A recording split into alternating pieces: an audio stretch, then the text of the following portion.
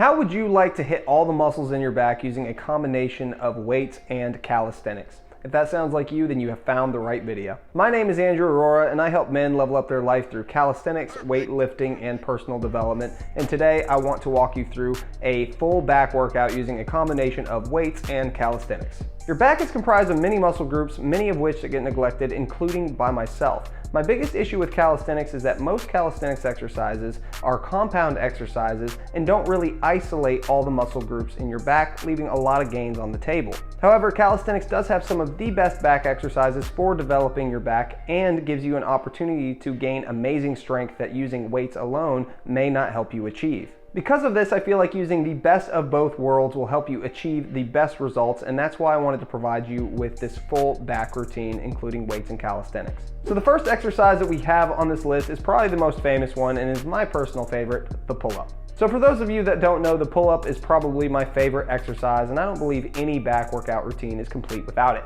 The pull-up is a great exercise for developing your upper lats, but in the process you will also hit your rear delts, your biceps, your forearms, and your traps. To perform the pull-up correctly, you're going to have to place your hands about shoulder width or even slightly past shoulder width apart. Be sure to have a firm grip, your legs straight, your abs engaged, and your scapula rolled back. From here, you're going to pull up to your chest and then go back down in a controlled motion, and be sure not to kip while doing the pull-up, as well as keep your legs together throughout the whole process. Any other form that you see people do, such as crossing their legs or not keeping their legs together, is an incorrect form. You can still see gains while doing that. It's just going to be an imperfect pull-up, and you're going to have energy leaks throughout the performance of your pull-up. Once you can do about 10 to 15 pull-ups pretty easily, then you can even start adding extra weight to see even more gains from the pull-up. At the end of the day, the pull-up is an OG exercise, and there's a reason that so many people still do it today, and you can get lots of gains just by adding some extra weight or even mixing up your variations on the pull-up. The next exercise that we have on this list is the front lever / tuck lever raises.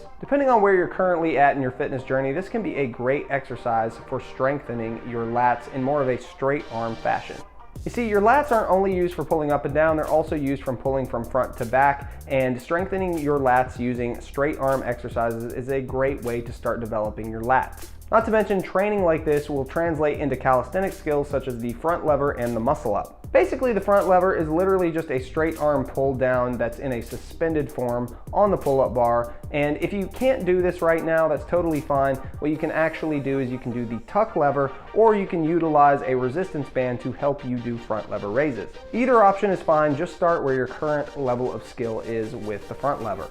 Now, how this is going to work is that you're going to jump up on the bar and you're going to place your hands about shoulder width apart, and then you're going to engage your scapula, keeping your body straight, and then you should be able to use the strength from your lats to raise your body up in a front lever fashion. Now, of course, this may not be super easy if it's your first time trying to do this, but you should at least feel your body trying to go in that motion, even if you can't get it all the way up. And again, if you can't do the front lever right now, then just be sure to utilize a resistance band or do the tuck front lever until you get the hang of it. And once you can do about 10 to 15 reps of this exercise, you can again start adding weight just like you could with the pull-up and really start seeing some serious strength gains with your front lever raises. The next exercise that we have on this list is the standing dumbbell row. With this exercise, it's all about development here, and this is one of my favorite exercises for really hitting your lower lats.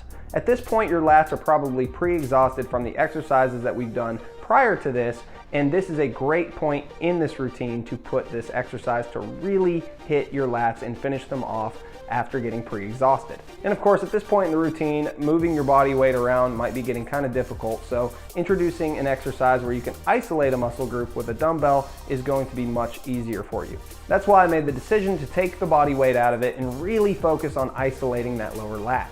Now, I personally like to use a wall or even a bench to support my weight while I am doing this exercise, but I never ever put my knee up on a bench like you see many people doing in the gym, because what this does is it puts you in a vulnerable position for hernias. Basically what's happening is when you have that stretch on your abs with your knee up on the bench and you've got that weight in your hand, you are putting yourself in a position where a hernia is much easier to occur, and honestly you're not adding any extra benefit by having your knee up on that bench, so it's just so much better to do this in a standing position to avoid injury and get the same if not better results. Now, when you do this exercise, it's really important that you have a weight that challenges you around the 10 to 15 rep range, and it's also important to focus on doing the exercise with your lats, not utilizing your biceps as much to do the work. Now you can use any grip that you'd like to use with this exercise so long as you don't let the bicep take over, but if you really want to make sure that the bicep stays out of it, what you can do is you can use a pronated grip, which really puts the attention more on your lats and takes the bicep out of the exercise. From here, you really want to focus on not arching your lower back, because this can put your lower back in a vulnerable position, and then really focus on getting a nice tight contraction in your lower lats. How you're gonna do this is you are going to pull with your lats, and you're going to get kind of a twist up at the top, which really gets a nice tight contraction. And try not to push through these at a really fast pace. Try to keep these at a controlled motion, controlling it on the way up and controlling it on the way down on the eccentric. If you do this exercise regularly and you do it correctly, then I can pretty much guarantee you that you are going to see some lower lat gains. Now real quick, I wanted to interrupt this video to mention my free resource, the Fast Track to Fitness 20 must-know tips when starting your fitness journey. I put this free resource together so that way you could avoid a lot of the pitfalls that I fell into on my fitness journey, as well as develop a strong foundation for yourself so you can be on the fast track to getting in shape. If you want to pick this up, you can do so by clicking the link in the description of this video. Now on to the next exercise. The next exercise that we have on this list is shrugs. Now I'm going to be honest, shrugs are an exercise that I have heavily neglected in my training, and that is why I have not developed the nice upper traps that I would really like to have, but that's also why I wanted to include it in this routine so that way you don't do the same thing I did and you can start seeing those nice upper trap gains. Now you can do shrugs with a barbell, dumbbells, or even a trap bar, and ideally you would have a trap bar, but if you don't have a trap bar, using a barbell or dumbbells will be totally fine. Regardless of which option you use, you're going to want to load this up with a challenging weight and really focus on hitting this with your upper traps. How you're going to perform this exercise correctly is you're going to take whatever option that you have available, and you are going to slightly lean forward so that way you can get a better stretch on your traps, and you're also going to let your shoulders protract, and then you're going to bring your shoulders back and really shrug up with your upper traps. However, when doing this exercise, be sure not to roll your shoulders, as this puts your shoulders in a vulnerable position as well as doesn't add any additional benefits to the exercise. Be sure to really focus on bringing your shoulders back and then shrugging up with your upper traps, and you will see the best results when doing the shrug. And what I would do is I would focus on about 10 to 15 reps here as well with the shrugs, maybe even a few more if you can handle it. Be sure to incorporate this into your routine and don't neglect it like I did, and you will see some awesome upper trap gains. The next exercise that we have on this list is the standing cable row. Now this is probably my favorite exercise for hitting the mid traps, and what I like so much about it is I'm able to get a nice pre-stretch on my middle traps using the cables and getting my arms across my body. Not only that, but you can get a nice tight contraction and change up the weight utilizing the cables. Now you can do this exercise either with one arm at a time or use both at the same time. Either one is fine, but both will challenge your traps in a different way. Regardless of which way you choose to do it, be sure to really focus on getting a nice tight contraction in your traps, and be sure to control the exercise on the eccentric so that way you can see the best trap gains. If you perform this exercise correctly and you perform it regularly and push your traps to failure, then I can pretty much guarantee you're going to see some awesome results in your mid traps. Now the next exercise that we have on this list is the face pull. So no back exercise is complete without including the face pull, and at this point in the exercise, this is a great place to place it because now your traps are already pre-exhausted from the last exercise, and you can really focus on getting some more hypertrophy with some lighter weight utilizing the face pull. Now the face pull can be performed with either cables, rings, or even resistance bands. However, I find the best way to do face pulls is by utilizing 2 ropes on a cable machine for the best results. Now this exercise is not meant to be a super heavy exercise. In fact, it is more of a postural correction exercise utilized to hit muscles that are often neglected in your back, such as your rear delts, your rotator cuff, and your traps. But even though this is supposed to be a lightweight exercise with your back already pre-exhausted like I mentioned before, this exercise will be great for seeing some more back gains. Now when performing this exercise, you really want to focus on pointing your thumbs behind you and leading with your hands, not with your elbows. The reason that you want to do it this way is you don't want your shoulders to be in internal rotation, which is a detrimental position for your shoulders, but you will also see less gains when performing it with your elbows leading the way.